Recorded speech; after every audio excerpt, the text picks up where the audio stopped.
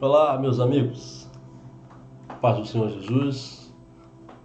Que bom a gente poder estar junto aqui novamente no nosso canal para juntos subirmos mais um nível na revelação do livro de Apocalipse, capítulo 1.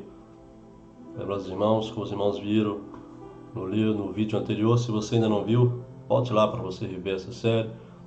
Nós estamos começando um estudo do livro de Apocalipse. Nós vamos trazer alguns níveis de revelação, no primeiro capítulo. Então, esse é o segundo nível, de revelação do livro do Apocalipse, capítulo 1. Então, nós vamos estudar o capítulo 1 em alguns níveis, para que os irmãos possam entender como a palavra de Deus ela é profética, ela se combina entre si, ela é uma fonte inesgotável, irmãos. Todas as vezes que nós estudarmos a palavra de Deus, tenha isso em mente. Deus sempre tem mais a revelar a cada um de nós. Quanto mais nós cavarmos da palavra de Deus, mais revelação nós teremos.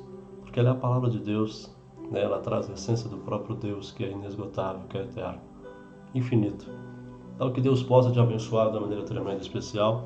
Desde já quero agradecer a você que tem se inscrito no nosso canal, que Deus possa te abençoar de uma maneira tremenda e especial. Você que está aí pela primeira vez, se inscreva no nosso canal, deixa aí o seu like, o seu comentário, viu? Deixa o seu joinha, que Deus possa te abençoar tremendamente. Eu sou o pastor Richard e junto nós estamos aqui para estudar o livro de Apocalipse, seguindo aí alguns níveis de revelação, de interpretação que o Senhor tem dado a cada um de nós. Que Deus possa te abençoar. Minha oração é que Deus abençoe a sua casa, que Deus abençoe a sua família, que Deus abençoe os seus projetos, que Deus abençoe o seu futuro. Em nome do Senhor Jesus Cristo, que os seus planos sejam concretizados em nome do Senhor Jesus Cristo. Esse é o desejo do meu coração, em nome do Senhor Jesus Cristo. Compartilhe essa mensagem com alguém, esse vídeo com alguém, viu? Nos acompanhe ao decorrer desse ano aí, estaremos aí sempre com um vídeo novo para estar abençoando a vida dos irmãos, a igreja do Senhor, de uma maneira especial e tremenda. Amém, meus amados? Apocalipse, capítulo 1. Apocalipse, capítulo 1. Antes de nós começarmos, vamos trazer uma breve introdução, assim como fizemos no outro vídeo. Fizemos uma introdução no capítulo 1. Hoje também vamos fazer uma outra introdução possível, trazendo algumas possibilidades de interpretações. Não quero aqui ser dogmático, taxativo, mas trazer aí mais uma possível interpretação. Lembrando que todo ponto de vista é visto de um ponto, não é verdade? Então eu quero apenas contribuir aí com meus irmãos, a igreja do Senhor, em nome de Jesus. Amém? Uma vez que estudaremos o livro de Apocalipse, é importante entender o que é uma revelação. A palavra revelação, ou Apocalipse, ela vem da palavra grega apocalipse, que significa descobrir, traz a ideia de desvendar, ou manifestar algo que estava oculto. Revelação é a manifestação de Jesus Cristo. É isso que trata o livro de Apocalipse. Não é apenas a revelação dos últimos dias, do fim do mundo, do fim da história, mas é a revelação da pessoa bendita de nosso Senhor e Salvador Jesus Cristo. Essa é a lente que nós devemos ler e interpretar e aplicar no livro de Apocalipse. É a lente, vendo sempre a pessoa de nosso Senhor e Salvador Jesus Cristo. Ele é a lente de interpretação. É nele que todas as coisas convergem no livro de Apocalipse.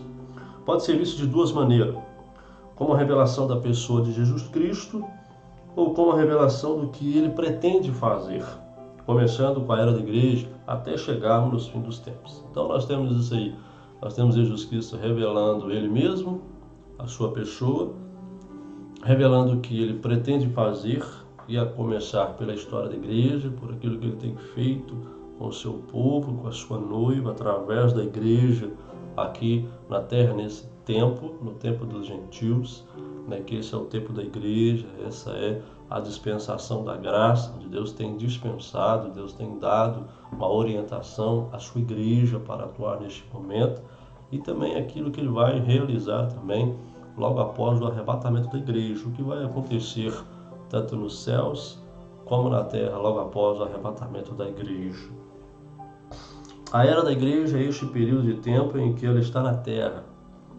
A igreja é composta dos seguidores de Jesus Cristo, em oposição à igreja que é um edifício onde pessoas se reúnem para adorar. Então há essa diferença, essa distinção, não é? Nós temos a igreja como corpo místico de Cristo e nós temos também a igreja local, a comunidade local. Ou seja, nós não vamos à igreja, nós vamos ao templo, nos reunirmos como igreja, como família, como igreja de Cristo Jesus.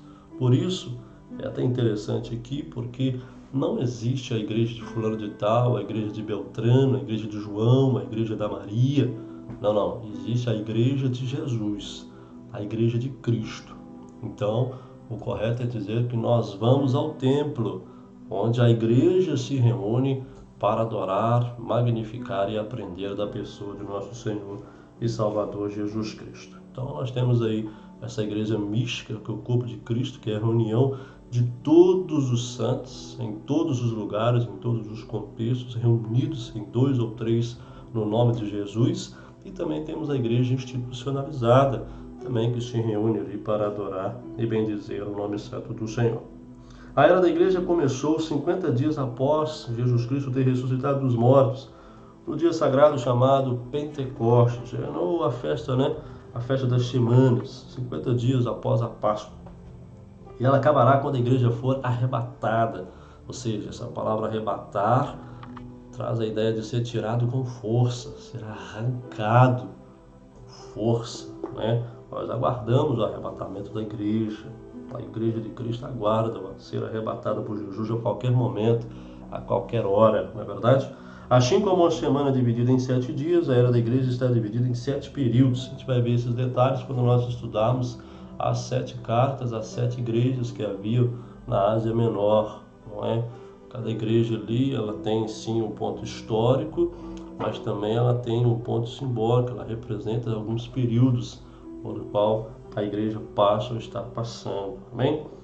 João, um dos 12 primeiros discípulos de Cristo, foi escolhido por Jesus para escrever o livro do Apocalipse, mesmo que escreveu o Evangelho e também as cartas, 1ª, 2ª e 3ª João e também o livro do Apocalipse. Uma vez que conhecia Jesus pessoalmente, João muitas vezes é chamado de o apóstolo João.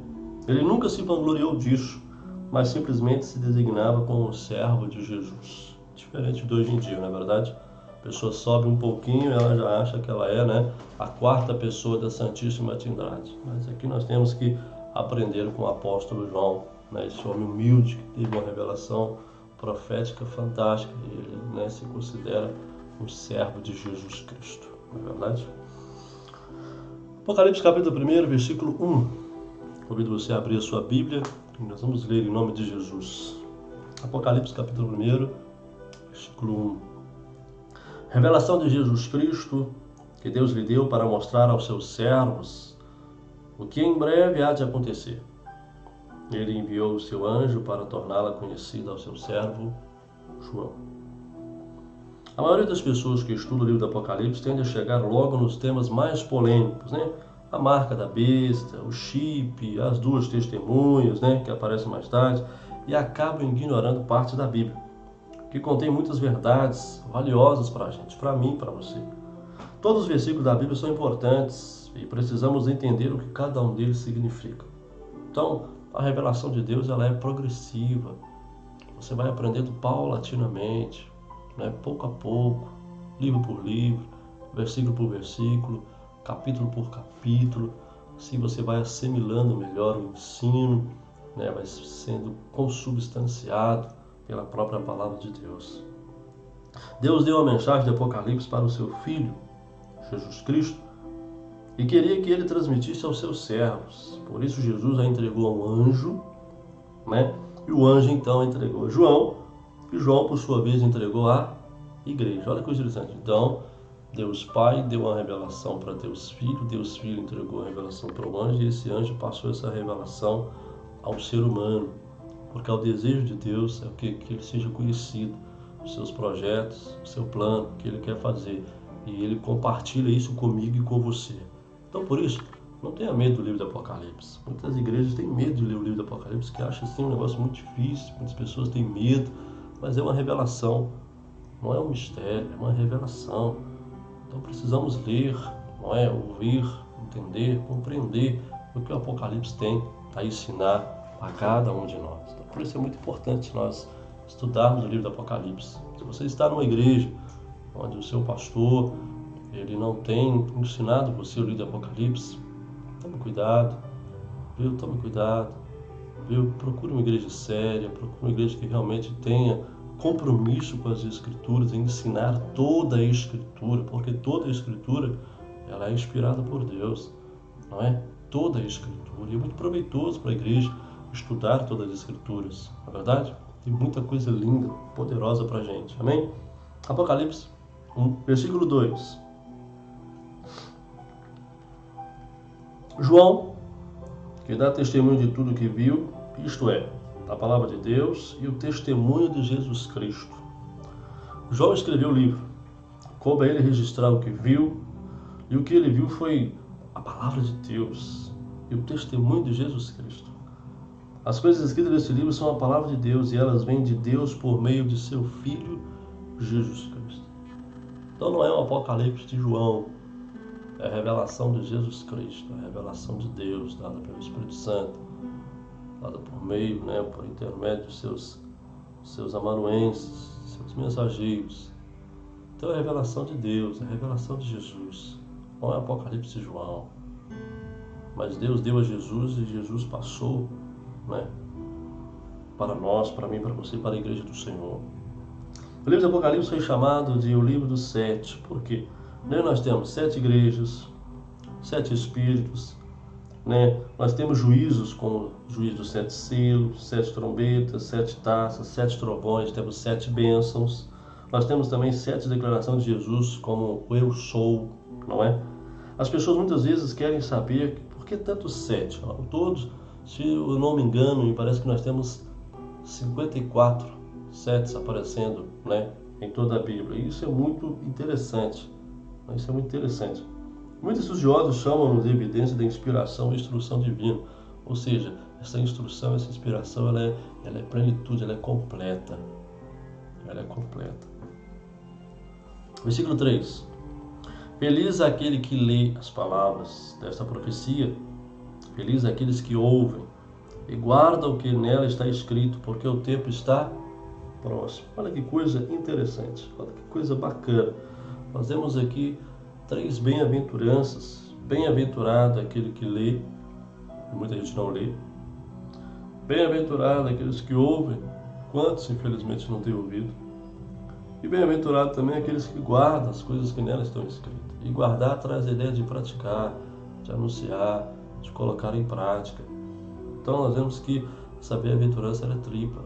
Não é? Olha que coisa interessante. O Apocalipse, mais do que um livro de doutrina, repreensão, correção e instrução, como está lá em 2 Timóteo, capítulo 3, versículo 16, porque e para isso que servem as Escrituras, para ensinar, para repreender, para corrigir, para instruir com muita mansidão e justiça, Também ela é um livro que é um livro de profecias, ou seja, ela trata de coisas que vão acontecer, que aconteceram, claro, em alguns períodos aqui, mas que principalmente que vão para acontecer, então para o nosso tempo, ou além do nosso tempo ainda, não sabemos, Mas é muito interessante, cujo cumprimento começou no primeiro dia da era da igreja, começou lá em Pentecostes, quando o Espírito Santo foi derramado sobre a igreja, sobre os discípulos ali, reunidos ali no cenáculo. Deus não levou João a escrever o Apocalipse para o livro ser ignorado, mas para ser lido, ouvido, guardado, ou seja, ser levado a sério. Ser levado a sério. No entanto, algumas pessoas não irão lê-lo porque não têm interesse. Como já expliquei um pouco atrás, tem medo, acha o livro difícil de entender. Tudo que Deus pede é simplesmente que leiamos. Simplesmente leia. Simplesmente leia.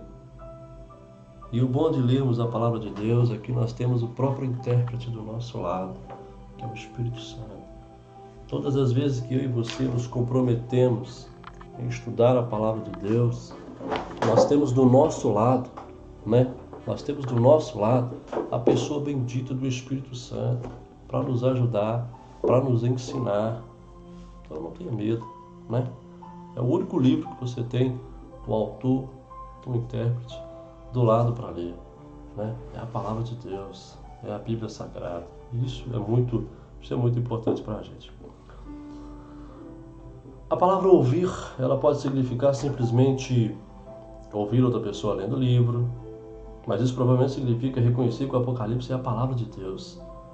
Precisa ser ouvido com o coração, não apenas com esses ouvidos carnais, mas principalmente com os ouvidos do coração. A palavra guardar requer obedecer aos mandamentos bíblicos. E Deus prometeu uma bênção para aqueles que leem, ouvem e guardam a sua palavra. Isso é muito importante. Isso significa que Ele nos ajudará a entendê-la. É o Espírito de Deus que vai te orientar, que vai te ensinar, não é? Que vai te ajudar na hora de interpretar. E Deus tem levantado grandes homens para nos ajudar na interpretação, o que nós estamos fazendo aqui, né? Deus tem levantado pessoas para nos ajudar, para nos ensinar, mestres na palavra, homens sábios, compromissados com o reino de Deus. Então procure, não é? Procure ler, meditar, estudar, né? Compreender, né? Que Deus possa te usar aí no seu setor de trabalho, onde você estiver, para a glória de Deus. Versículo 4. João às 7 igrejas da província da Ásia. A vocês, graça e paz da parte daquele que é, que era e que há de vir, os 7 espíritos que estão diante do seu trono. Que coisa interessante. O Apocalipse é para todos os cristãos, mas aqui no início, esta é uma sessão especificamente dirigida às 7 igrejas em particular. A saudação é graça e paz. É uma necessidade comum a todas as pessoas, na verdade. Sem a graça de Deus, e a graça de Deus traz a ideia de a obra salvífica, né? E merecida de Deus ao coração, né? Ao coração por causa da sua graça. Isso que é interessante, isso que é bacana. É aquela obra imerecida de Deus feita em nós. Por meio de quem? O sacrifício de Cristo. Não é? Oh, que coisa interessante. E sem a graça de Deus, nós pereceríamos.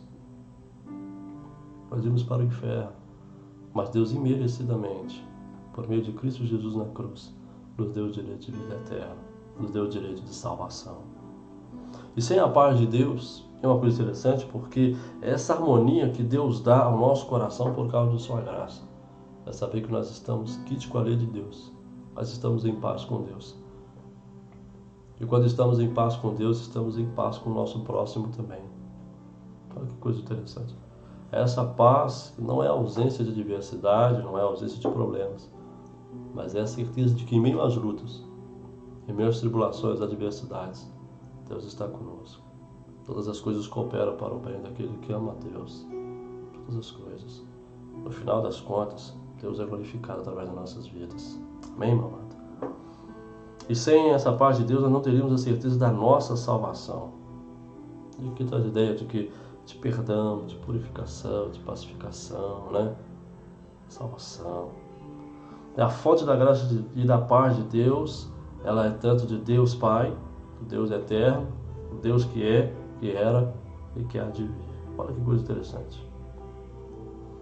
Além da paz de Deus, a Bíblia fala sobre a paz entre as pessoas, a paz entre as nações. O mundo não precisa de guerras, de um período de tribulação e coisas do tipo.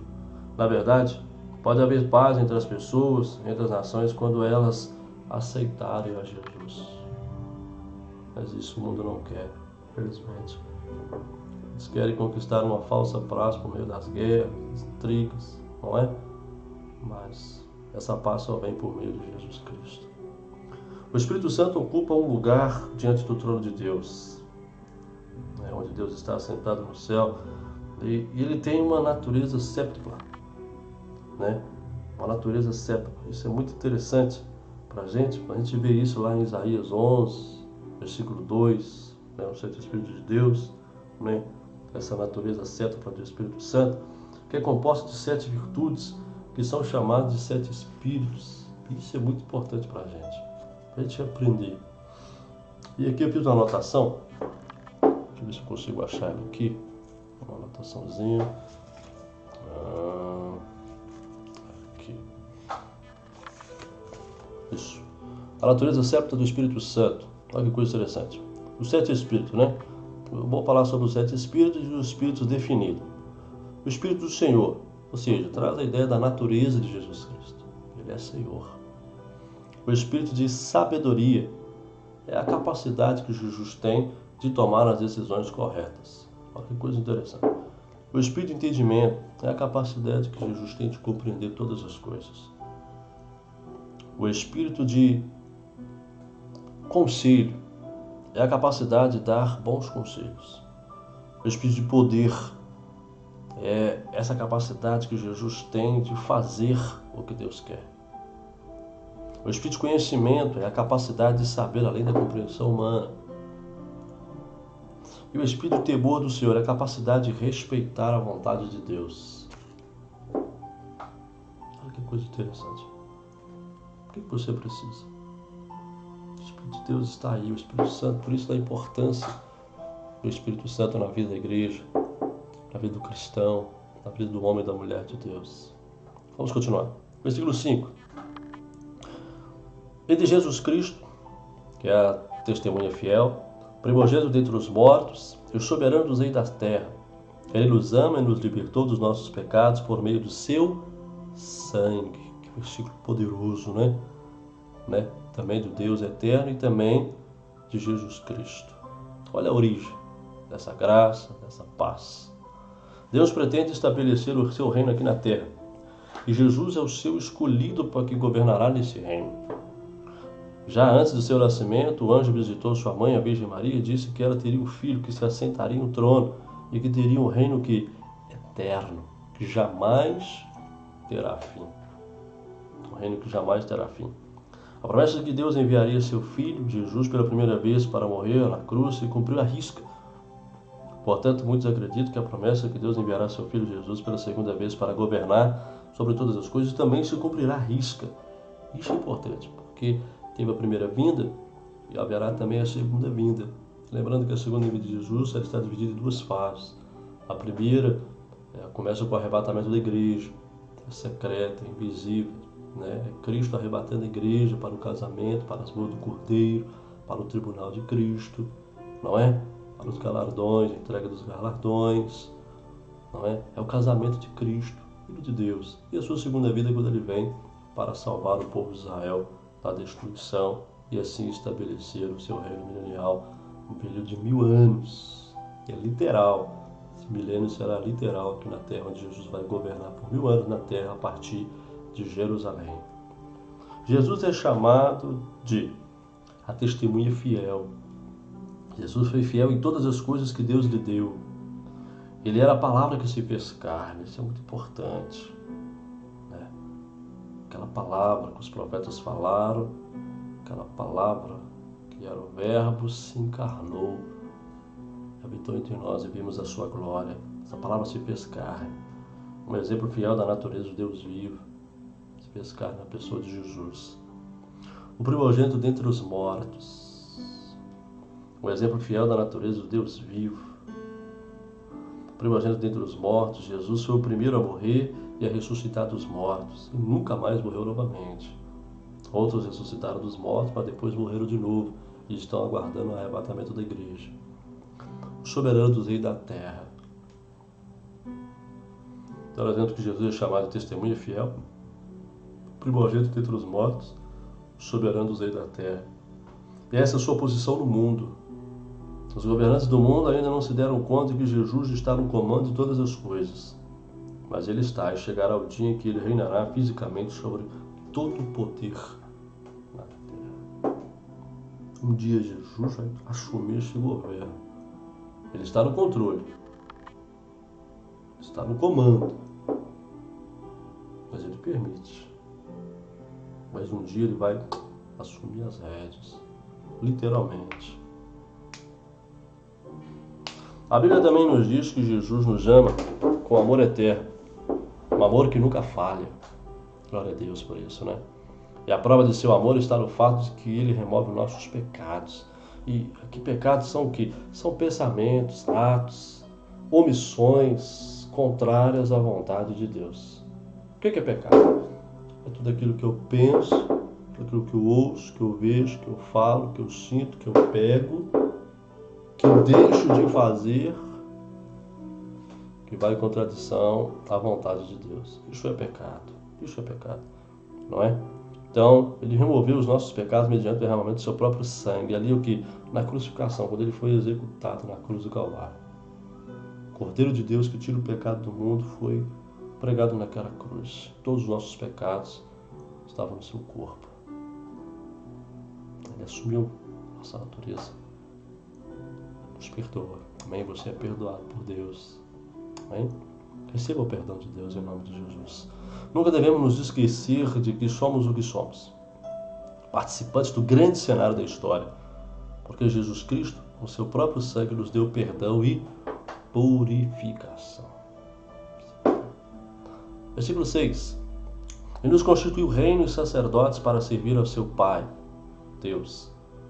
A Ele sejam glória e poder para todos sempre. Amém. Jesus, Ele fez de nós um reino de sacerdotes. Um sacerdócio real. Está lá em 1 Pedro 2,9, se eu não me engano. 2,9, 2,8, entre 2,8 e 10. 1 de Pedro, capítulo 2. Ele nos fez um reino de sacerdócio real. Qual que é a função do sacerdócio? Para interceder pelo povo diante de Deus. Nós intercedemos. Por isso, não deixe de interceder pela sua casa, pela sua família. Não deixe de interceder. Você foi constituído de sacerdócio real. Não é? Foi isso que ele fez por nós. E nós podemos retribuir dando glória e poder por toda a eternidade. Jesus, ele é o nosso rei. E nós somos súditos em seu reino. Uma vez que ele nos exaltou, nós também o que? O exaltaremos. Nós honraremos a Jesus. Você tem honrado a Jesus? Honre a Jesus. Versículo 7. Eis que ele vem com as nuvens, todo olho verá, até mesmo aqueles que os transpassaram. Todos os povos da terra se lamentarão por causa dele. Assim será. Amém. Aqui é a segunda vinda visível. Aqui é a segunda parte da segunda vinda. Lembra? A segunda vinda de Jesus é dividida em duas partes. A primeira é o arrebatamento da igreja, secreto, invisível, apenas Jesus e a sua noiva. Passados 7 anos do final da grande tribulação, no final do 7º ano, Jesus vem nas nuvens, 3 glórias. A glória de Jesus, a glória dos santos anjos e a glória da igreja, adornada como noiva ataviada. Não é? Já aconteceu o casamento, agora ele vem, que é a glória da igreja. Agora a igreja está casada, esposada com Jesus. Que é a segunda vinda, por isso que todo olho o verá. Então não confunda arrebatamento com a segunda vinda visível de Jesus. Não confunda, beleza? Jesus foi embora com as nuvens, não é? A gente vê isso lá em Atos 1:9. E ele está voltando com as nuvens. Mateus 24:30. A segunda vinda de Jesus não será um segredo. Portanto, até aqueles que o rejeitaram e crucificaram verão. Todos saberão quem ele é, e aqueles que o rejeitaram chorarão por terem ficado tão cegos para esta verdade. Seria sábio se todas as gerações dessem ouvidos ao claro ensinamento da volta de Jesus. Jesus vai voltar. Jesus, ele vai voltar. Ele vai voltar para buscar a sua igreja, para salvar Israel da grande tribulação e para estabelecer o seu reino milenial aqui na terra no período de 1000 anos. E uma pergunta para mim e para você. Por que os incrédulos chorarão na segunda vinda de Jesus? Sabe por quê? Porque eles o rejeitaram, por causa da rejeição. E aqui não é um choro de arrependimento, pelo contrário, de remorso. E alguns chorarão até mesmo de ódio, por causa da volta de Jesus. Porque o homem não quer Jesus. O homem não quer Deus. Ele quer viver de qualquer maneira. Verdade? Continuamos. A sua Bíblia aberta. Versículo 8. Eu sou o Alfa e o Ômega. A primeira letra do alfabeto grego e a última letra do alfabeto grego. Diz o Senhor Deus. O que é, o que era e o que há de vir, o Todo-Poderoso. Olha que coisa interessante. Jesus diz que ele é o Alfa, ele é o Ômega. Ele é o princípio, ele é o fim. Ele é tudo o que se pode dizer sobre Deus do início ao fim, de A a Z. Cristo. Ele que revela quem Deus é. de A a Z. Ele é o Criador de todas as coisas e será o juiz definitivo de todas as coisas também. Esse é Deus. Esse é o nosso Cristo, é o nosso Jesus. No versículo 4 desse capítulo, nós vimos que Jesus é o Deus eterno, Deus que é, que era e que será. E no versículo 8, esse que nós estamos lendo aqui, ele se refere a si mesmo com as mesmas palavras. Ele é igual ao Deus Todo-Poderoso, que tem poder sobre todas as coisas. Então ele e o Pai são consubstancial, mesma natureza, mesma essência, não é? São. Isso é um mistério, verdade? Então, Jesus é eterno. Primeiro, quem Jesus é? Ele é o Deus presente. Jesus era Deus do passado. E Jesus há de vir é o Deus do futuro. Então, Jesus é Deus do presente. Jesus era o Deus do passado. E Jesus há de vir Deus do futuro. Olha que coisa interessante. Cristo em todas as eras, passado, presente e futuro, Jesus se faz presente. Lembrando que para Deus, para Jesus, não existe passado, presente e futuro. Tudo para eles é a mesma coisa. A coisa interessante é que Jesus ele participou dessa história, tanto no passado, levantando homens e mulheres, como no presente, se revelando, manifestando em carne, sua encarnação, também no futuro, na sua volta. Que coisa interessante, não é? Apocalipse é o livro da Bíblia mais especificamente apresenta profecias sobre o futuro. É outra palavra para descoberta ou para revelação. Assim, a tribulação, o Apocalipse, é a revelação, a descoberta de algo. Na verdade, é a revelação de Jesus Cristo em sua glória, majestade e poder quando ele voltar para dar um fim no Armagedon. Então, tanto a segunda vida como a grande tribulação, ambas têm aí o propósito de revelar a pessoa de Jesus Cristo. Interessante, né? Versículo 9. Eu, João, irmão e companheiro de vocês do sofrimento, do reino e na perseverança em Jesus, estava na ilha de Patmos por causa da palavra de Deus e do testemunho de Jesus. Olha que coisa interessante. No versículo 8, Jesus apresentou-se, mas agora é João quem se apresenta. Ele é o irmão espiritual do cristão. O que são cristãos? São aqueles que creem em Cristo, que andam de acordo com a sua vontade, de acordo com o seu querer, de acordo com as Escrituras. Não é? É o irmão em Cristo, mas também ele é o companheiro do cristão.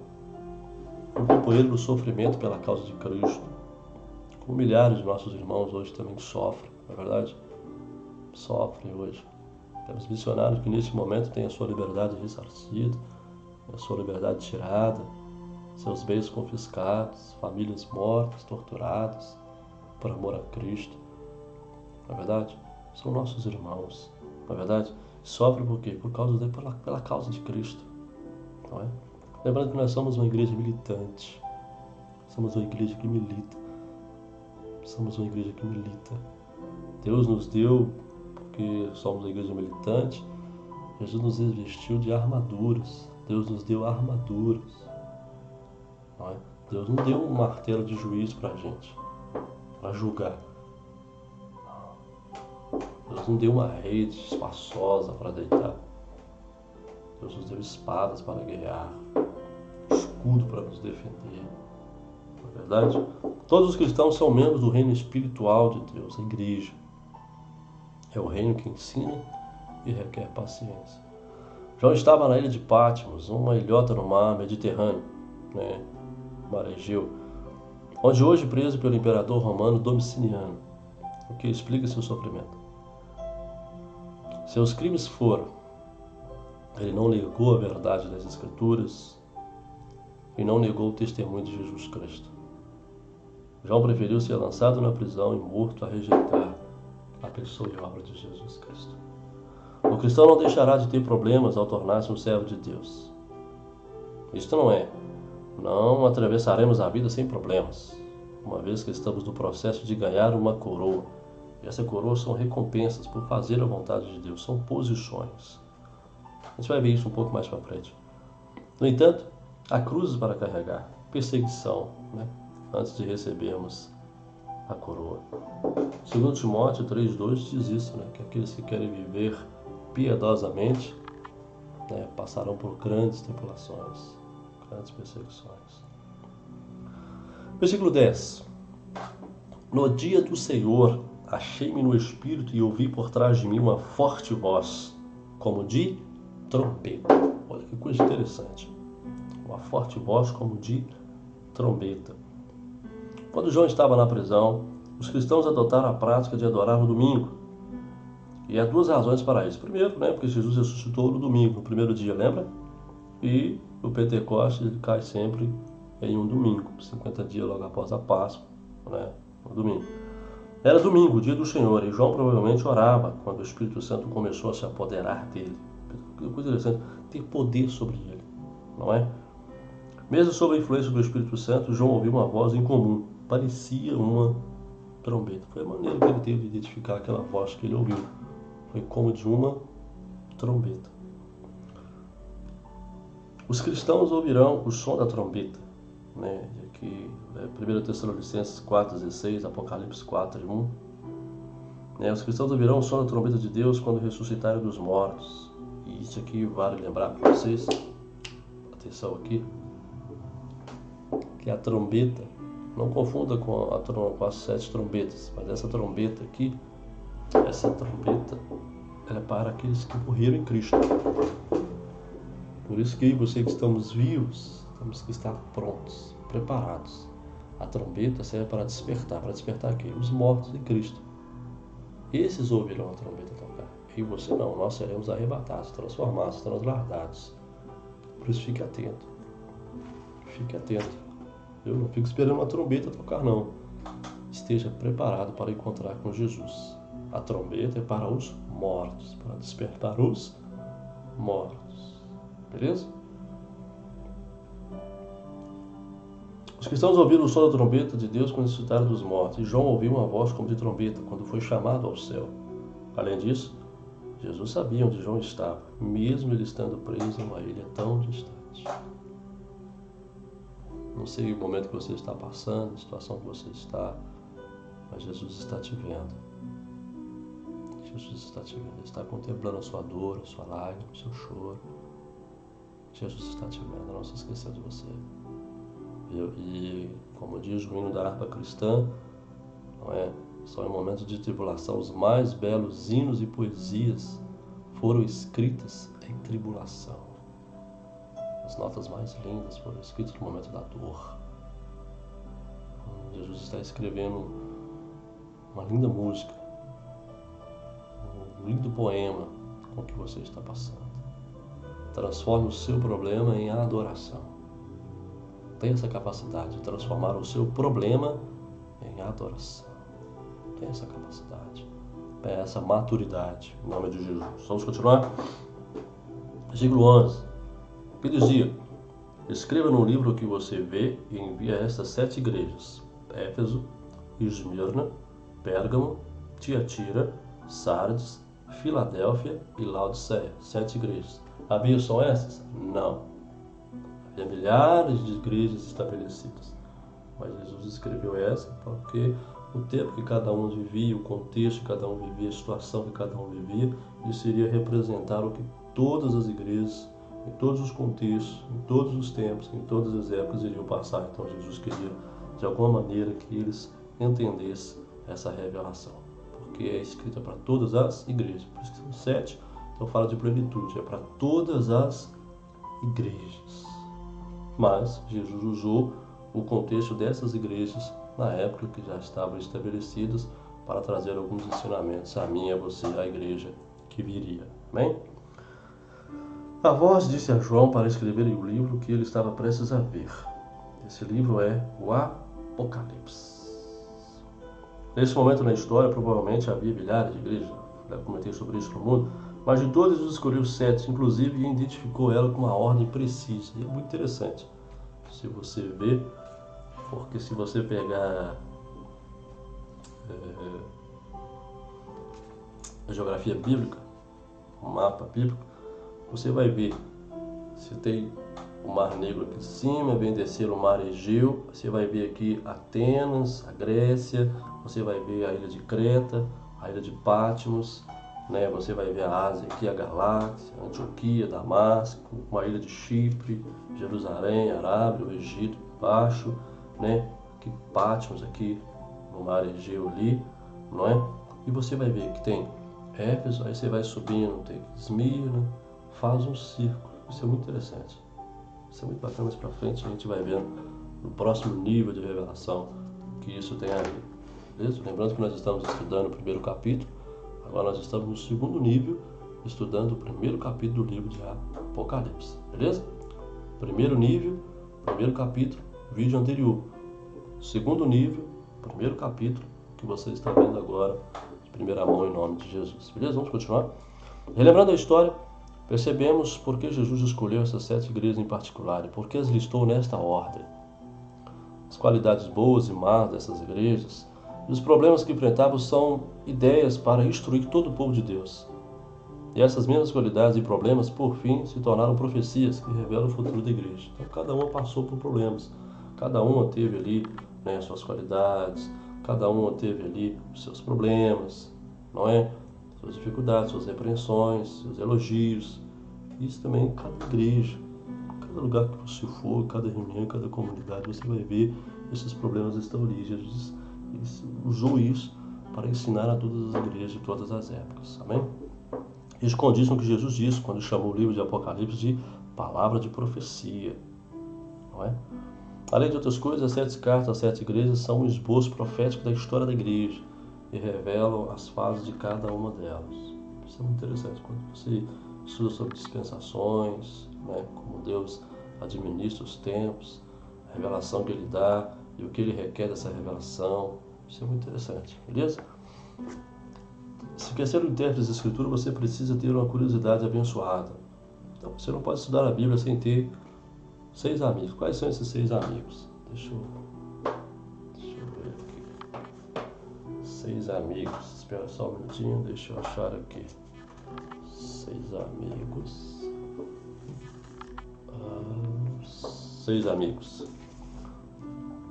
Quais são os 6 amigos na hora de interpretar as Escrituras? Quem? Quem escreveu? Quem falou isso? O que? Quem escreveu? Né? Onde? Onde ele estava? Qual o contexto? Quando? Que tempo foi? Por que ele escreveu? E o que isso traz de aplicação para mim e para a sua vida? Como podemos contextualizar isso para mim? Trazer essa aplicação. Por isso que a Bíblia ela é uma espada de 2 gumes. O que é os 2 gumes? Para mim, especificamente. Né? 2 gumes traz a ideia de interpretação e aplicação. Como eu interpreto e a aplicação que o Espírito Santo me permite naquele momento. Por isso que precisamos da ajuda do Espírito Santo para interpretar e para aplicar as Escrituras Sagradas. Porque a Bíblia não é de particular interpretação. O Espírito Santo. Amém? Vamos continuar. Versículo 12. Voltei-me para ver quem falava comigo. Voltando-me, vi 7 candelabros de ouro. Ao ouvir a voz, João virou-se para ver quem falava, mas a primeira coisa que viu foi 7 candelabros de ouro. No versículo 20 veremos que esses 7 candelabros de ouro representam as 7 igrejas, as quais representam 7 diferentes períodos da era da igreja. Né? Versículo 13. E entre os candelabros alguém, semelhante a um filho de homem, com uma veste que chegava aos seus pés e um cinturão de ouro ao redor do peito. Em seguida João ouviu uma voz que vinha. Alguém que parecia ser o filho do homem estava em pé no meio dessas 7 igrejas e usava uma túnica longa até os pés e com uma faixa dourada ao redor do peito. Que significado isso traz para a gente? Porque essa visão de Jesus de pé, com as vestes oficiais do sumo sacerdote, no meio dessas 7 igrejas? Isso é muito interessante. Isso é muito interessante. Quem era o sumo sacerdote? Ele era o chefe espiritual do povo de Israel no Antigo Testamento. Era ele que representava o povo diante de Deus. Ele intercedia pelo povo diante de Deus. Não é? Ele era o líder religioso, responsável pela orientação espiritual do povo de Israel. Ele conhecia cada um daqueles que estavam ali. Ele estava sempre andando no meio, ele conhecia quem era quem. Jesus ele disse, olha, pois onde se reunirem 2 ou 3 em meu nome, ali estou eu no meio. Vai haver dificuldade, vai haver intriga, vai haver pecados, vai. Mas eu estou ali no meio deles, como sumo sacerdote, para interceder. Para interceder. Essa visão significa que Jesus ficará no meio da igreja ao longo de sua era, pois ele é o sumo sacerdote que está sempre com a sua igreja. O sacerdote segundo a ordem de Melquisedeque, né? Lá em Hebreus 7, né? Você pode ver isso lá, o sacerdócio segundo a ordem de Melquisedeque. Um sacerdote que é sempre capaz de interceder por nós, ou seja, agir e orar em nosso favor. Isso é bacana. Jesus está no meio da sua igreja para interceder por elas. Porque o inimigo, nosso acusador, anda ao nosso derredor, procurando uma oportunidade.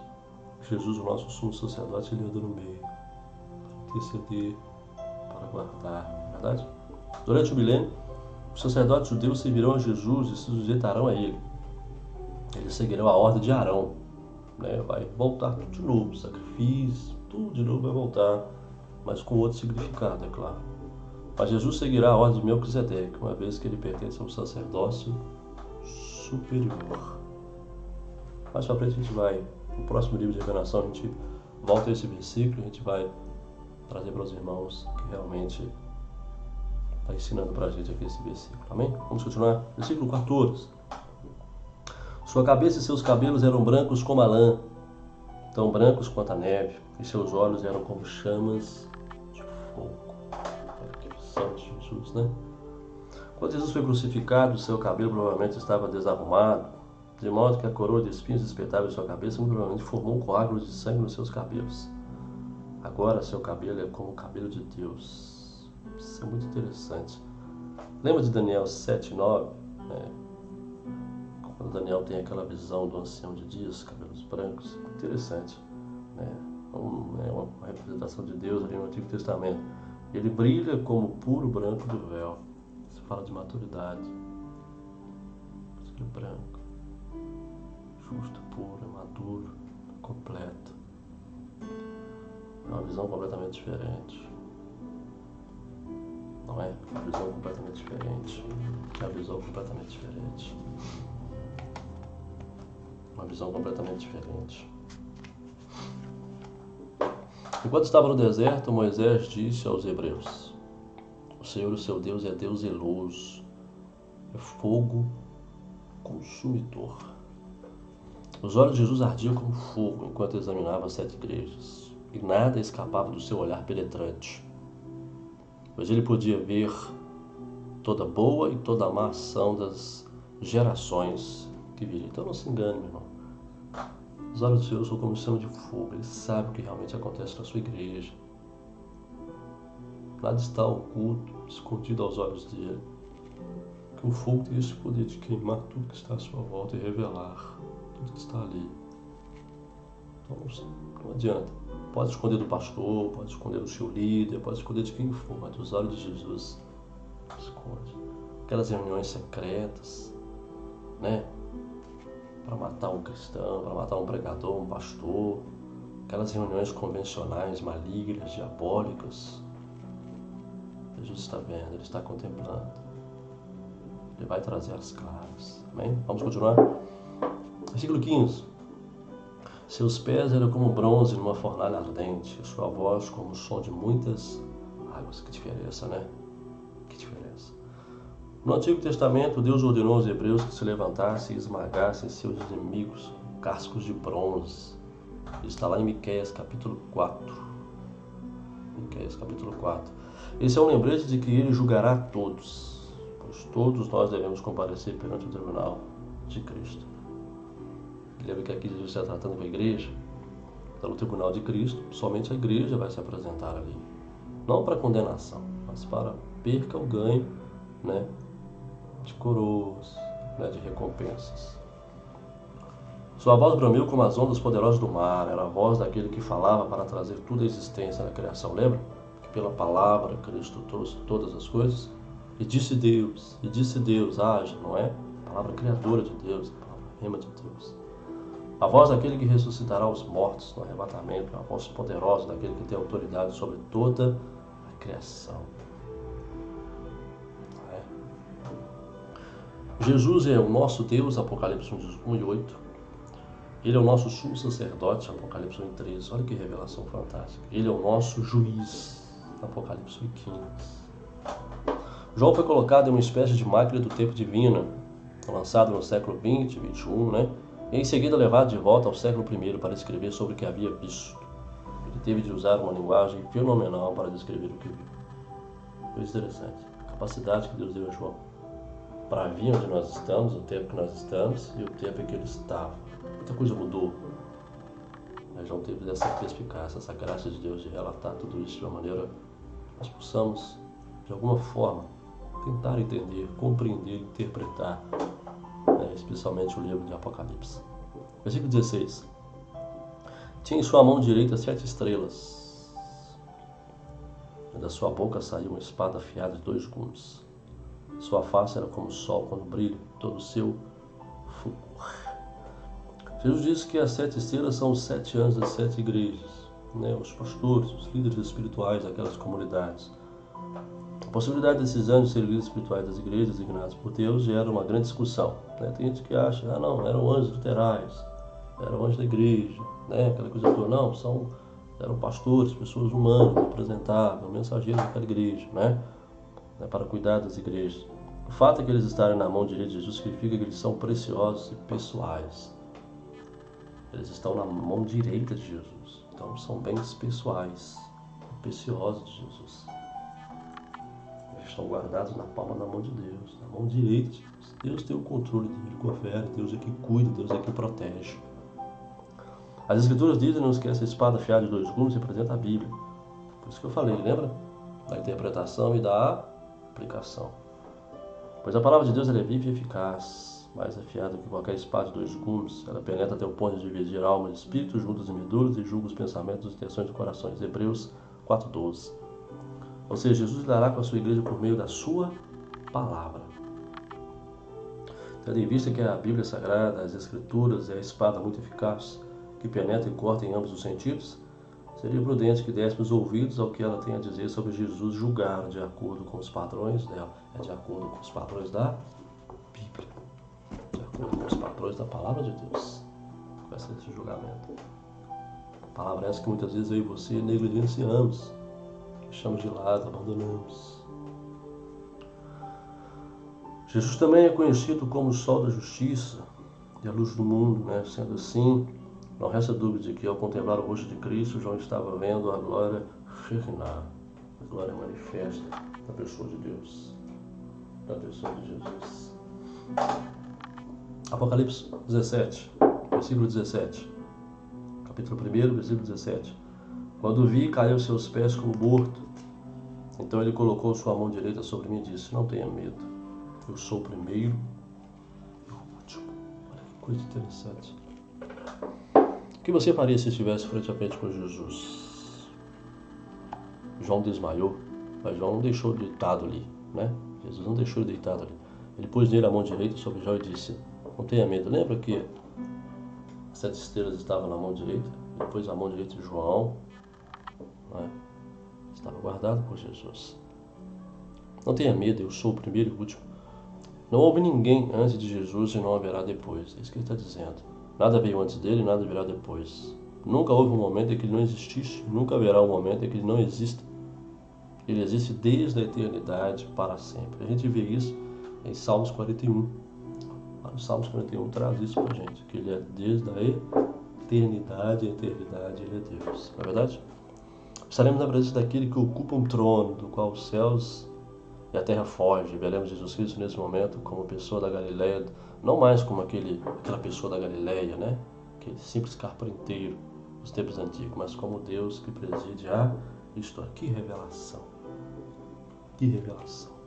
Versículo 18. Sou aquele que vive, estive morto, mas agora estou vivo para todo sempre, que tenho as chaves da morte e do Hades, ou seja, do inferno, lugar dos mortos. Então Jesus disse acerca de si mesmo, que ele é aquele que vive, aquele que esteve morto, e aí agora está vivo para todo por sempre. Como ele vive para todo sempre, eu e você também viveremos para todo sempre. Seja no arrebatamento, seja na ressurreição dos últimos dias. Ele ressuscitou dos mortos e nunca mais morrerá novamente. Portanto, sua crucificação não se repetirá. Ele tem as chaves, tem o controle, tem o domínio. Por isso está no controle total da morte e do inferno. E conquistou ambos ao ressuscitar dos mortos. Né?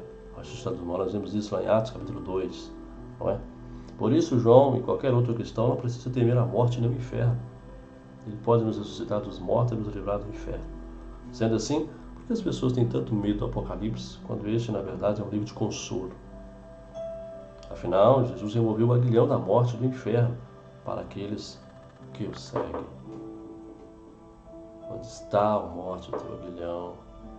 Onde está o inferno, a tua vitória? Não é? Onde está a morte, a sua vitória? Que bacana, é um hino que nós vamos cantar quando formos arrebatados, na verdade? A gente vê que eles falam, chaves do Hades, nós temos algumas, deixa eu ver se eu trago aqui, acho que é nesse papel aqui também, algumas chaves no livro de Apocalipse.